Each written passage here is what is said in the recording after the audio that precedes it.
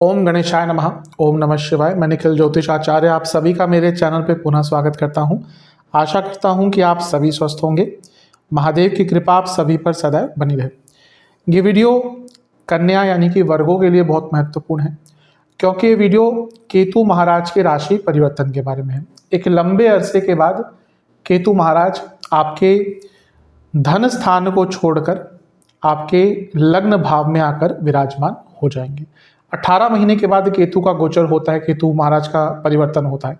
और क्योंकि सदैव वक्री रहते हैं, उल्टे चलते हैं, इसलिए वो पीछे की ओर आते हुए आपके लग्न में स्थापित हो जाएंगे।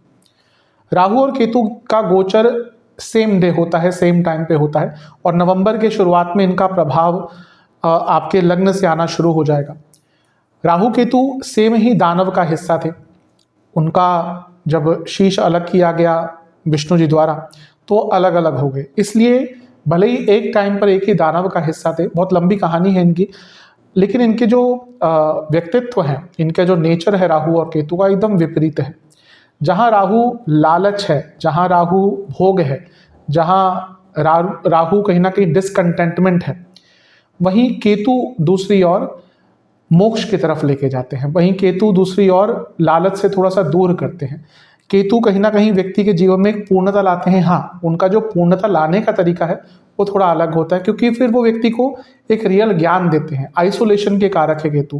पहले आपको अकेलापन देंगे, पहले आपको लोगों से दूर करेंगे, और जब आप लोगों से दूर होते हैं, अपने निकटतम लोगों से दूर होते हैं, उनका सही चेहरा आपको दिखता है, उनके द्वारा दुख प्राप्त होता है, तो आप थोड़ा सा उदास फील होते हैं। लेकिन फिर बाद में आपको पता चलता है कि जो केतु महाराज आपको आइसोलेट कर रहे हैं, किसी ना किसी अच्छी चीज़ के लिए कर रहे हैं। केतु मोक्ष के कारक होते हैं, हर बार कहते हैं, बहुत एक कॉमन चीज़ है। लेकिन मोक्ष क्या है वो समझना बहुत मुश्किल चीज़ है। कई लोग मोक्ष के ऊपर लेक्चर देते हैं, लेकिन मोक्ष है क्या? हर व्यक्ति का डेफिनेशन मोक्ष का अलग होता है। इसको समझना बहुत आसान चीज़ नहीं है। लेकिन हाँ, केतु आपको कई बंधनों से दूर करते हैं, लेकिन कुछ नए प्रकार के बंधन भी लाते हैं। इसलिए केतु कहीं ना कहीं ब्रेक लाते हैं। केतु कई चीज़ों का अंत करते हैं और फिर एक नई साइकिल शुरू करते हैं। केतु नेचुरली और या कहिए अनकंडीशनली विघ्न कारक हैं और रोग कारक हैं। तो जब भी किसी भाव में आते हैं उससे संबंधित कुछ विघ्न भी लाते हैं, कुछ रोग भी लाते हैं। केतु बारीकियां हैं। जहां राहु एकदम एक्सपैंड करते हैं, केतु चीज़ों को थोड़ा सा सिमटा देते हैं, क्योंकि केतु छोटी चीज़ों पर फोकस करते हैं। केतु चीज़ों के डिटेल्स में जाते हैं। जहाँ पर भी रिसर्च की बात आ गई, जहाँ पर भी कंप्यूटर लैंग्वेजेस की बात आ गई, computer IT software coding apps, इन सब की बात आ गई, वहाँ पे केतु आ गए। जहाँ राहु दूसरी ओर इंटरनेट सॉफ्टवेयर टेक्नोलॉजी के कारक एक बन जाते हैं, लेकिन जब हम डिटेल्स में जाते हैं, जब बारीकियों में जाते हैं, तो वहाँ पे केतु कहीं ना कहीं प्रभाव डालते हैं। अधिकतम लोग जिनके केतु लग्न में दूसरे में, छठे में, 10वें में, 11वें में होते हैं, तो वो लोग सॉफ्टवेयर एप्स, कोडिंग, इनसे संबंधित कुछ ना कुछ कार्य करते हैं, क्योंकि केतु इन सब चीज़ों के कारक हैं। तो जब बारीकियों की बात करते हैं, तो केतु आपको अपने जीवन के बारे में समझने का अवसर देते हैं।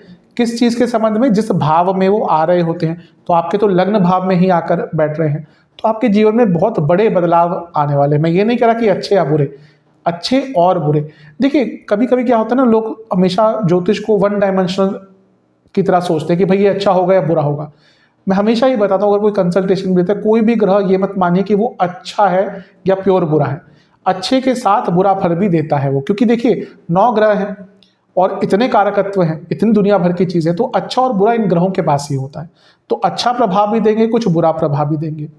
केतु कांटा भी दर्शाते हैं, केतु झंडा भी दर्शाते हैं, और केतु बहुत बड़े बदलाव भी दर्शाते हैं। तो अगर आपने केतु के बदलावों को बारीकी से समझा, तो कहीं ना कहीं ये केतु आपके नाम का झंडा बुलंद कर सकते हैं, क्योंकि लग्न में आ रहे हैं ना। लेकिन नहीं समझ पाए तो एक कांटे की तरह 1.5 साल तक चुभते भी रहेंगे।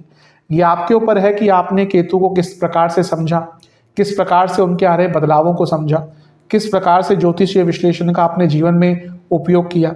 अगर ढंग से करा तो ये केतु आपके नाम का झंडा बुलंद अवश्य करेंगे। नहीं कर पाए तो अगले 1.5 साल केतु कहीं ना कहीं आपको चुभते से रहेंगे। तो क्या अच्छा क्या बुरा केतु के कारण आपके जीवन में हो सकता है आने वाले 1.5 साल में, इस वीडियो का विषय यही रहेगा, यही विश्लेषण होगा। यदि आपकी लग्न राशि या चंद्र राशि कन्या है, दोनों ही गाइडेंस के लिए इस राशिफल को देख सकते हैं। समझाने का पुनः प्रयास करूंगा। जो नहीं समझना चाहते या नहीं समझ सकते, मैं उनके बारे में कुछ कह नहीं सकता। क्योंकि यदि आप लग्न राशि से भी देखेंगे केतु आपके प्रथम स्थान में ही आएंगे, चंद्र राशि से भी देखेंगे तो केतु यहीं पे आएंगे। तो अलग अलग राशिफल नहीं बन सकते, आपके ऊपर आप कहाँ से ऑब्जर्व करना चाहते हैं। मेरा हमेशा से मानना है लग्न राशि बहुत सटीकता देती है। जिनको नहीं पता लग्न राशि, वो चंद्र राशि से भी अवश्य देख सकते हैं। कुछ बहुत विशेष उपाय भी अवश्य बताऊंगा वीडियो के अंत में। तो शुरुआत करते हैं इस अत्यंत महत्वपूर्ण राशिफल का, जो कि है कन्या के। तो शुरुआत करते हैं इस विश्लेषण का। आपके लिए केतु आपके लग्न भाव में ही आकर विराजमान हो जाएंगे, यानी कि प्रथम भाव में। केतु 1.5 साल के लिए एक भाव में रहते हैं, और 1.5 साल एक बहुत लंबा अरसा होता है। और राहु और केतु, बृहस्पति, शनि, ये 4 ग्रह हैं जो जीवन का जो आने वाला रास्ता होता है, जीवन का जो पथ होता है, वो निर्धारित करते हैं। तो केतु का लग्न भाव में आना, किसी भी जो बड़े ग्रह होते हैं, 4 बड़े ग्रह कहीं ना कहीं जीवन का 70 से 80% आपका जो लेखा जोखा है वो इन्हीं के पास होता है। वो 4 ग्रह हैं, राहु, केतु, बृहस्पति और शनि। तो किसी भी इनमें से ग्रह का लग्न भाव में आना, गोचर में, या कहीं ना कहीं अगर वो ग्रह लग्न में बैठा उनकी दशा आना, जीवन में बहुत बड़े बदलाव लेके आता है। अच्छे और बुरे वो कुंडली पर डिपेंड करता है, लेकिन हाँ, बहुत बड़े बदलाव अवश्य आते हैं। अच्छी चीज़ राहु और केतु दोनों की ये है कि इनकी कोई राशियाँ नहीं होती। जो शास्त्र हैं वो कहीं ना कहीं इसमें थोड़ा सा इसमें विरोधाभास होता है। अधिकतम शास्त्र यही कहते हैं कि इनकी कोई राशियाँ नहीं होती। जो क्लासिकल्स हैं ज्योतिष के, बाद में कुछ पुस्तकें आई हैं जिसमें इनकी राशियाँ कुछ बताई गई हैं, उसमें भी कन्फ्यूजन है। लेकिन मेरे हिसाब से क्योंकि राहु केतु नॉर्मल ग्रहों से हटके हैं, ये दानव थे, ये उल्टे चलते हैं, वक्री हैं, इसलिए इनका कोई स्वामित्व नहीं होता। जिस भाव में होते हैं कुंडली में उसका स्वामित्व हो जाता है, और जिस भाव में गोचर करते हैं वो उस भाव को अपना बना लेते हैं। तो अगले 1.5 साल कहीं ना कहीं केतु आपके लग्न भाव में आपके लग्न के स्वामी की तरह रिजल्ट देंगे। एक और अच्छी चीज़ यह है कि राहु और केतु केंद्र भावों में और त्रिकोण भावों में राजयोग देते हैं। तभी ये सूत्र लागू होता है कि हाँ, ये जिस भाव में जाते हैं तो उस भाव के स्वामी बन जाते हैं। तो अगर कोई ग्रह लग्न में आ रहा है तो लग्न के स्वामी की तरह प्रभाव देगा, तो वो राजयोग अवश्य बनाएगा। क्योंकि लग्न के स्वामी अगर लग्न में है तो एक तरह से राजयोग बनता है। मैं ये नहीं कह रहा कि वो लग्न के स्वामी है, लेकिन उनका प्रभाव कहीं ना कहीं वैसा ही होगा, क्योंकि वो पूरा इस भाव को हड़प लेंगे। जैसे कहते हैं कि आज के टाइम में पोजेशन मिल गया हमें इस घर का, तो पोजेशन अगले 1.5 साल केतु का आपके लग्न भाव का, और लग्न भाव हर चीज़ पर प्रभाव डालता है। तो एक तरह का राजयोग बनता है। राजयोग किसके लिए होगा? जो अपने जीवन में बदलाव लाने के लिए रेडी होंगे। केतु बारीकियां दिखाता है, केतु रिसर्च दिखाता है, केतु कहीं ना कहीं व्यक्ति को विश्लेषण करने का मौका देता है, कहीं ना कहीं व्यक्ति को एनालाइज करने का मौका देता है। जितने भी आप देखें किसी भी क्षेत्र में जो लोग बहुत अच्छा एनालाइज करते हैं चीज़ों को, उनका केतु बहुत स्ट्रांग होता है। कहीं ना कहीं केतु का लग्न से, चंद्रमा से, पंचम से, नवम से, 10वें से प्रभाव कुछ ना कुछ संबंध होता ही है, क्योंकि केतु एनालाइज पावर देते हैं। तो यहाँ पे जब केतु लग्न में आ रहे हैं तो आपको अपने पूरे जीवन को एनालाइज करने का एक मौका मिलेगा। आपको कहीं ना कहीं समझ आना शुरू हो जाएगा कि अपने जीवन में क्या क्या बदलाव लाने हैं, और फिर वो बदलाव के द्वारा आप अपने जीवन में कुछ अच्छा प्रभाव महसूस कर सकते हैं, कुछ ना कुछ वृद्धि महसूस कर सकते हैं।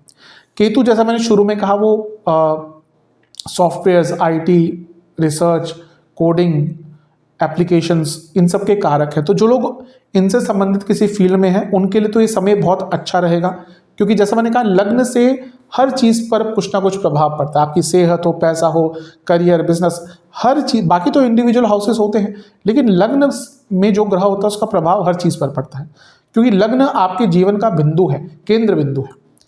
तो जब केतु यहाँ पे आ रहे हैं तो जो भी इन फील्ड में है उनके लिए बहुत अच्छा रहेगा। लेकिन पुनः मैं कहूँगा, केतु बारीकियाँ बताते हैं, केतु बदलाव बताते हैं, केतु रिसर्च बताते हैं, और केतु किसी चीज़ का अंत भी बताते हैं। तो जॉब चेंज के लिए अच्छा समय है। दूसरा, कुछ नया सीखने के लिए, अपने इन सारे फील्ड में अपने आप को एडवांस करने के लिए इस समय से अच्छा आपको नहीं मिल सकता। तो आप इन सारी फील्ड्स में हैं, कुछ ना कुछ नया स्टार्ट करना शुरू कर दीजिए, सीखना। आपके लिए बहुत अच्छा बदलाव अवश्य आएगा। केतु मोक्ष के कारक भी हैं, ये सब जानते हैं, कहीं ना कहीं बहुत पॉपुलर है।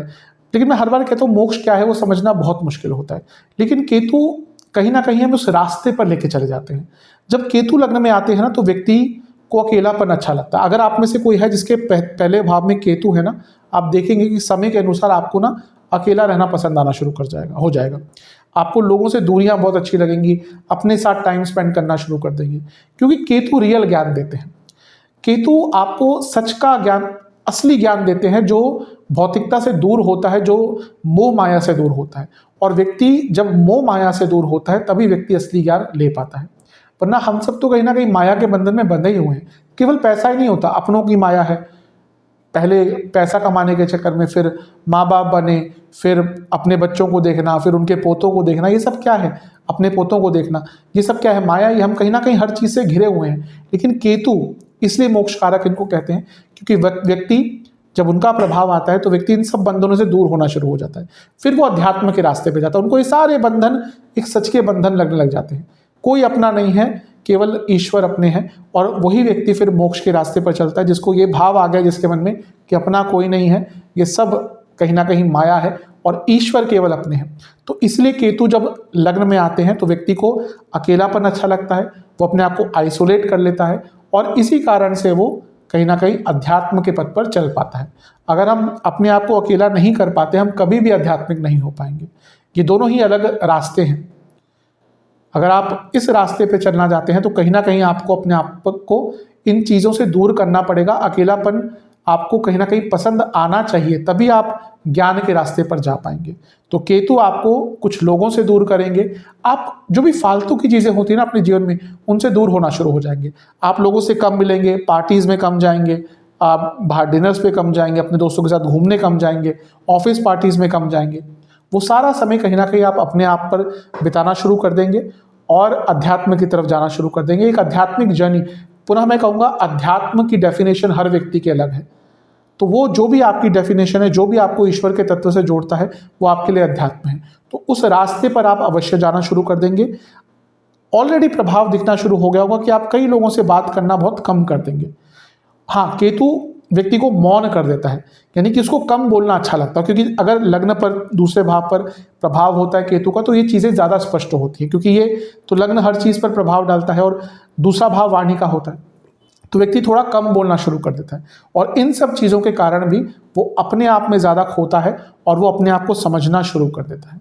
केतु एक ब्रेक दिखाते हैं, किसी चीज़ का अंत दिखाते हैं। तो आप खुद देखेंगे कि यहाँ से पहले, यानी कि नवंबर 2023 से पहले जो आपका व्यक्तित्व था उसमें बहुत हद तक बदलाव आना शुरू हो जाएंगे। आप कहीं ना कहीं अपने आप को समझने का बहुत प्रयास करेंगे। और प्रॉब्लम यही होती है, हम अपने आप को नहीं समझते, हम पूरे दुनिया को समझने का प्रयास करते हैं। इतने जजमेंटल हो जाते हैं कि इसने ये क्या कर दिया, उसने वो क्या कर दिया, लेकिन अपने आप को नहीं देखते कि हम क्या कर रहे हैं, हम क्या कर रहे हैं और हम क्यों कर रहे हैं। अधिकतम लोगों को तो पता ही नहीं होता हम क्या कर रहे हैं और क्यों कर रहे हैं, इसलिए वो इस भवसागर में कहीं ना कहीं खोके रह जाते हैं, माया के बंधन में खोके रह जाते हैं। तो ये केतु जब आते हैं तो आपको माया के बंधन से दूर करते हैं, आपको अपने बारे में रिसर्च करने का मौका देते हैं और फिर आपको ये समझाते हैं कि भैया आपके जीवन में क्या प्रायोरिटी है, आपके जीवन में सबसे इम्पोर्टेंट क्या है, उन चीज़ों पर काम करना शुरू कर दीजिए तो आपके लिए बहुत अच्छा रहेगा। केतु के कुछ नेगेटिव प्रभाव भी होते हैं, मैंने शुरू में ही कहा था और बहुत बार बताता हूँ। केतु विघ्न कारक होते हैं। तो ये मान के चलिएगा अगले 1.5 साल में आपके बहुत सारे कार्य अटकेंगे, वो होगा ही। इवन आपकी दशा अंतरदशा, हाँ दशा अंतरदशा अच्छी चल रही है तो कम कार्य अटकेंगे, अगर बुरी चल रही है तो ये मान लीजिए आपके हर कार्य में कुछ ना कुछ विघ्न आएगा। और इसके साथ ही केतु जब लग्न में आते हैं तो व्यक्ति के अंदर चिंताएं बहुत बढ़ जाती हैं, थोड़ा सा डर बैठ जाता है हर चीज़ को लेकर, इनसिक्योरिटीज बैठ जाती हैं। और वो इनिशियल पीरियड में ज़्यादा होगा क्योंकि केतु बदलाव लाते हैं, केतु आपके पूरे सोचने के तरीके में बदलाव लाते हैं। तो जो डर है वो इनिशियल 2-3 महीने तक ज़्यादा रहेगा, उसके बाद आप चीज़ों को समझना शुरू कर देंगे। फिर वो जो इनसिक्योरिटीज़ है वो एक कॉन्फिडेंस में, एक सिक्योरिटी में बदलना शुरू हो जाएंगी। तो ये प्रभाव भी आपको केतु के कारण मिलेगा। केतु सूक्ष्मता है, तभी मैं कहता हूँ केतु रिसर्च के लिए बहुत इंपॉर्टेंट होते हैं, केतु ज्ञान के लिए बहुत इंपॉर्टेंट होते हैं। इवन ज्योतिष का ज्ञान कहिए, तंत्र का ज्ञान कहिए, मंत्र का ज्ञान कहिए, आयुर्वेद, जो भी विद्याएं हैं। एक तो होता है कि इनको पढ़ना, अगर आप इन सबको पढ़ते हैं तो बुद्ध कहीं ना कहीं आपके बहुत अच्छे होते हैं, वो लोग एकदम रिटेंशन, उनकी पावर अच्छी होती है, एक पढ़ा याद हो गया। लेकिन इसके ज्ञान को समझने के लिए 2 ग्रह बहुत इंपॉर्टेंट होते हैं, एक है बृहस्पति और एक है केतु। इनके बिना ज्ञान का जो एक सत्य है, जो उसका मूल तत्व है, वो आपको कभी समझ नहीं आएगा। तो केतु लग्न में आ रहे हैं तो आपको कई विद्याओं को समझने का मौका मिलेगा, वो ज्योतिष हो, तंत्र हो, मंत्र हो। कई लोग केतु के ही प्रभाव में ज्योतिष को समझना शुरू करते हैं क्योंकि केतु उनको बाकी लोगों से दूर जाकर इन विद्याओं की तरफ लेकर अवश्य जाते हैं। केतु एक और कांटा भी डिनोट करते हैं, केतु एक और झंडा भी डिनोट करते हैं। तो अगर ये सारे जो बदलाव मैंने कहे वो आप ला पाए तो केतु आपके नाम का झंडा बुलंद कर देंगे। केतु आपको इतना कुछ सिखा के जाएंगे कि जब केतु छोड़ के जाएंगे 1.5 साल बाद, तो आपके पास इतना ज्ञान होगा कि यदि आपने उसका उपयोग करना शुरू कर दिया तो आपको कोई रोक ही नहीं सकता। अगर आपके पास ज्ञान है और थोड़ी प्रैक्टिकलिटी है, आज का वो टाइम है जब इतने ऑप्शंस हैं आपके पास कि आपको कोई आगे बढ़ने से रोक ही नहीं सकता। लेकिन अगर आपने केतु के इस ज्ञान का कुछ भी या समय का कुछ भी सदुपयोग नहीं किया, तो केतु आपको कहीं ना कहीं कांटे की तरह पूरे जीवन भर चुभते रहेंगे। तो ये आपके ऊपर है, आपको केतु के कौन से साइड को देखना है। उनको अपने जीवन में एक कांटे का स्थान देना है या फिर उनको जीवन में एक झंडे का स्थान देना है। केतु व्यक्ति का तप बढ़ाते हैं, तो व्यक्ति कहीं ना कहीं साधनाएं करने का उसके अंदर एक क्षमता आ जाती है, उसको चीज़ों को समझने की क्षमता आ जाती है। साधनाएं करना इतना ईजी नहीं होता। लोग बोलते हैं कि हमें मंत्र जाप करना है, ये करना है, बैठ भी नहीं पाते। कम से कम 1 महीना लगेगा कि आप ढंग से 5 मिनट भी बैठ जाएं अगर कोई मंत्र जाप आप शुरू करेंगे। हाँ, अगर आपका प्रारब्ध इतना अच्छा है तो कुछ लोग तो बचपन से ही कर लेते हैं, लेकिन अधिकतम जब आप स्टार्ट करते हैं कोई भी साधना करना, 5 मिनट बैठना भी आपके लिए बहुत मुश्किल होगा, क्योंकि मन को एक जगह एकाग्र करना सबसे मुश्किल चीज़ होती है। लेकिन केतु जब आते हैं तो व्यक्ति की जो तप की क्षमता है वो बढ़ाते हैं, तो व्यक्ति साधना कर पाता है। इसलिए रिसर्च भी वही लोग करते हैं जिनका केतु बहुत स्ट्रांग होता है, क्योंकि वहाँ पे डूबना पड़ता है, वहाँ पे सबको भूल कर कहीं ना कहीं डूबना पड़ता है, रातों की नींद खराब करनी पड़ती है, तब जाके कुछ रिसर्च आप कर पाते हैं। तो जो लोग PhD आदि कर रहे हैं उनके लिए भी समय बहुत अच्छा, कुछ रिसर्च कोई थीसिस कर रहे हैं उनके लिए भी केतु का यहाँ पे आना बहुत अच्छा प्रभाव देगा। तंत्र के कारक होते हैं राहु और केतु। तो मैं पहले ही बता चुका हूँ कुछ वीडियोस में, अगर दूसरे भाव में, चौथे भाव में या लग्न में अगर केतु राहु का प्रभाव होता है तो व्यक्ति के ऊपर तंत्र का उपयोग होता है। चौथे में होता है तो पूरी फैमिली पे होता है, दूसरे भाव में भी होता है तो कुटुंब पे होता है। लेकिन जब केतु या राहु का लग्न में आगमन होता है तो व्यक्ति के ऊपर ही तंत्र का उपयोग हो सकता है। तो अगर दिख रहा है कोई ऐसी संभावना आ रही है, कुछ ऐसा चीज़ें किसी ने आपके विरुद्ध की है, तो किसी से उसका परिहार अवश्य करवा लीजिएगा। केतु व्यक्ति के जीवन में पूर्णता लाते हैं। पूर्णता कैसे ला सकते हैं वो? जब आपके जीवन में डिस्ट्रैक्शंस कम होंगे, तभी मैं कहता हूं कि ग्रहों को समझना पड़ता है। केतु में भी इनिशियली आपको बहुत फ्रस्ट्रेट करेंगे, क्योंकि आपको समझ नहीं आएगा कि क्या करना है, आप क्यों लोगों से दूर हो रहे हैं, क्यों आपको लोग अच्छे नहीं लग रहे, क्यों आपका लोगों से बात करने का मन नहीं कर रहा। इससे पहले तो ऐसा नहीं होता था। ये कन्या वाले वैसे भी बहुत हंसमुख होते हैं, बहुत ज़्यादा बोलते हैं, इनको बोलना बहुत अच्छा लगता है, बस बोलते रहेंगे, बहुत ज्ञान होता है, लेकिन हमेशा मैं पहले बता चुका हूँ इमेच्योरिटी झलकती है, बच्चे से लगते हैं। इवन 40 साल के 45 साल के भी हो, इनके बोलने में एक बचपना सा होता है, क्योंकि वो बोलना इनको पसंद आता है। लेकिन अब बदलाव आएगा, अब कहीं ना कहीं वो मैच्योरिटी आना शुरू होगी और आप थोड़ा बहुत कम बोलना शुरू करेंगे। आपको बोलना पसंद ही नहीं आएगा, आप थोड़ा सा मौन रखेंगे, और तभी केतु आपको ज्ञान की तरफ लेके जाते हैं। क्योंकि जब आप एक ऊर्जा को खत्म करते हैं या एक ऊर्जा को संचय करते हैं, तब आप दूसरी तरफ जा सकते हैं। तो ये भी आपके लिए केतु एक प्रभाव देंगे। केतु को धुआं कहते हैं। तो इनिशियली जो 3-4 महीने ना, वो मैं आपको कह रहा हूँ कि आप बहुत कंफ्यूज रहेंगे। मान के चलिए कि नवंबर से जनवरी तक आपको समझ नहीं आएगा कि जीवन में हो क्या रहा है, लेकिन फिर वो जो केतु का एक पूर्णता वाला प्रभाव है, जो केतु का ज्ञान वाला प्रभाव है, वो आपके जीवन में आना शुरू हो जाएगा और आप बहुत कुछ सीख पाएंगे। केतु सत्य ज्ञान देते हैं, लेकिन थोड़ा दुख के साथ देते हैं, और दुख के बिना ज्ञान आता ही नहीं है। मैं बहुत बार बता चुका हूँ कि जब व्यक्ति के जीवन में दुख आता है, तभी कहीं ना कहीं उसको ज्योतिष भी समझ आता है, क्योंकि फिर वो रिलेट करना शुरू कर देता है कि हाँ, ये बुरा टाइम था, वो इस ग्रह के कारण था, तब उसको थोड़ा ज्योतिष समझ आता है। उससे पहले ज्योतिष ज़्यादा समझ आता नहीं है, उसके पहले तो बस थोड़ा सा ऐसे ही कुछ भी बोल जाते हैं। लेकिन हाँ, जब थोड़ा सा दुख का पीरियड आता है, तब समझ आता है कि हाँ, ये इस ग्रह का प्रभाव हुआ था। तो केतु आपको कहीं ना कहीं ज्ञान आपके जीवन में अवश्य लेकर आने वाले हैं। केतु क्योंकि लग्न में ही आ रहे हैं, तो आपके हर क्षेत्र में बदलाव लेके आएंगे।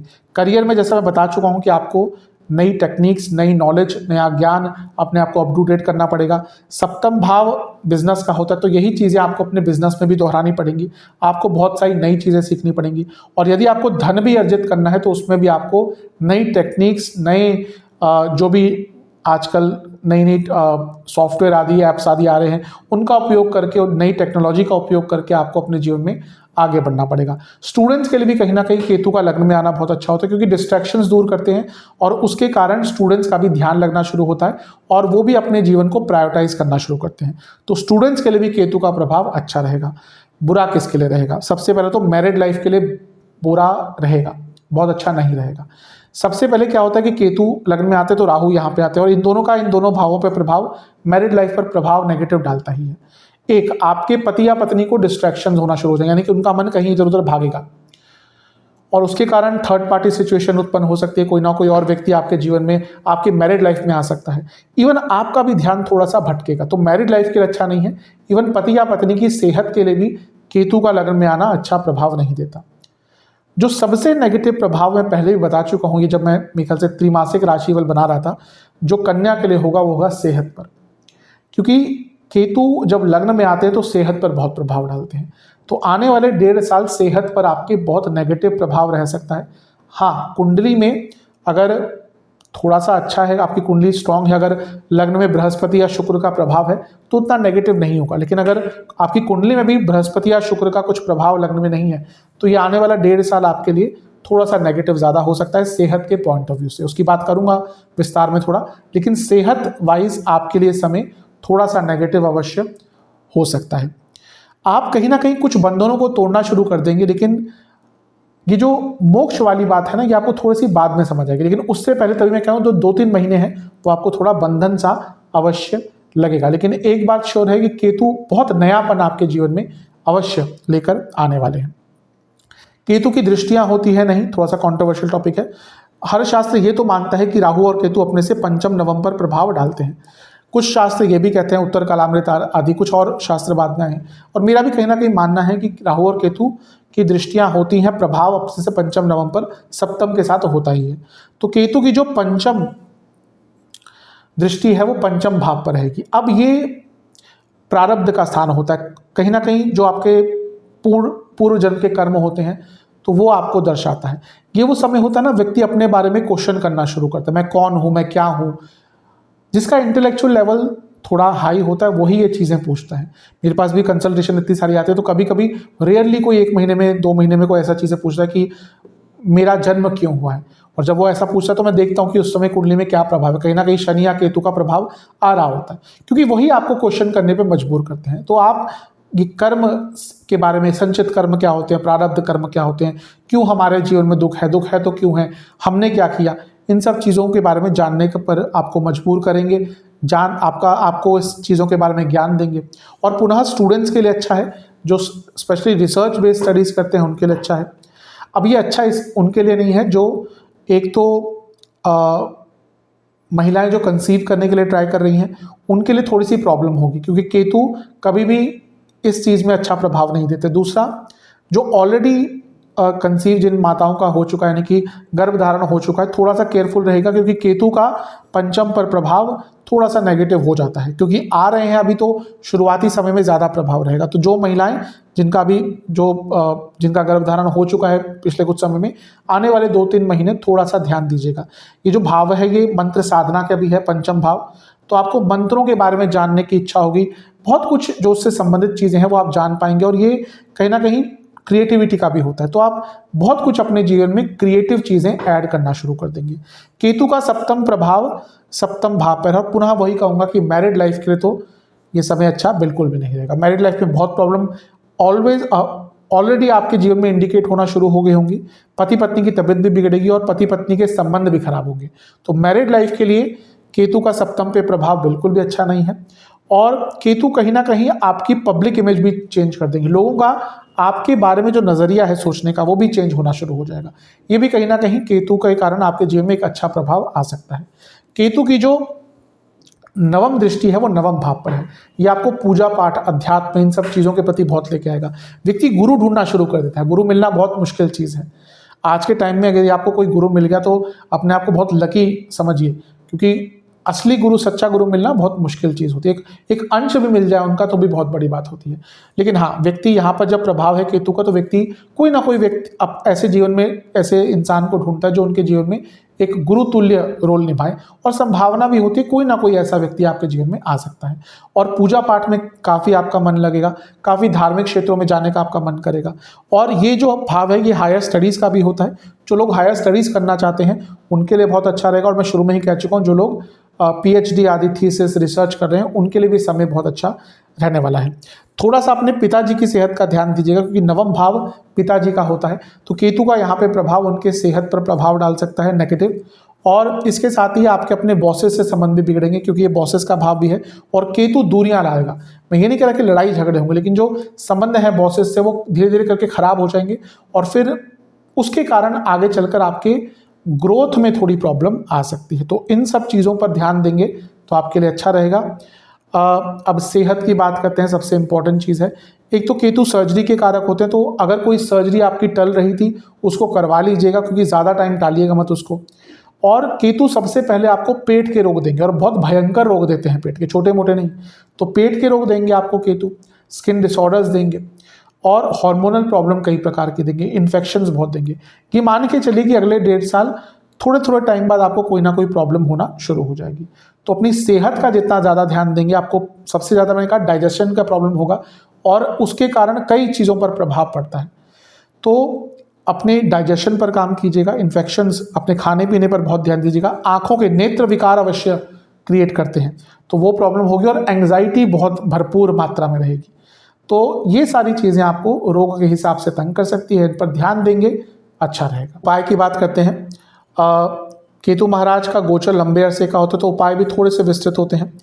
पहला उपाय आपको 3 बुधवार करना है।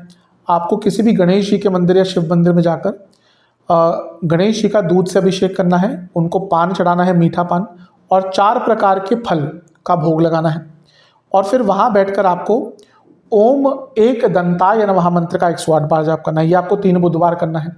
3 बुधवार ही आपको किसी भी गौशाला में कुछ दान करना है, और इसके साथ ही आपको 3 सोमवार शिवजी का दूध से अभिषेक करना है, फिर चंदन का विलेपन करना है शिवलिंग पर, और फिर आपको महामृत्युंजय का 108 बार जाप करना है।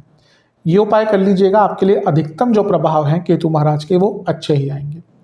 आशा करता हूँ कि वीडियो आपके काम आएगी। चैनल पर नए हैं सब्सक्राइब कर लीजिए, वीडियो को लाइक कर लीजिए। मिलता हूँ अगली वीडियो में, तब तक के लिए ओम नमः।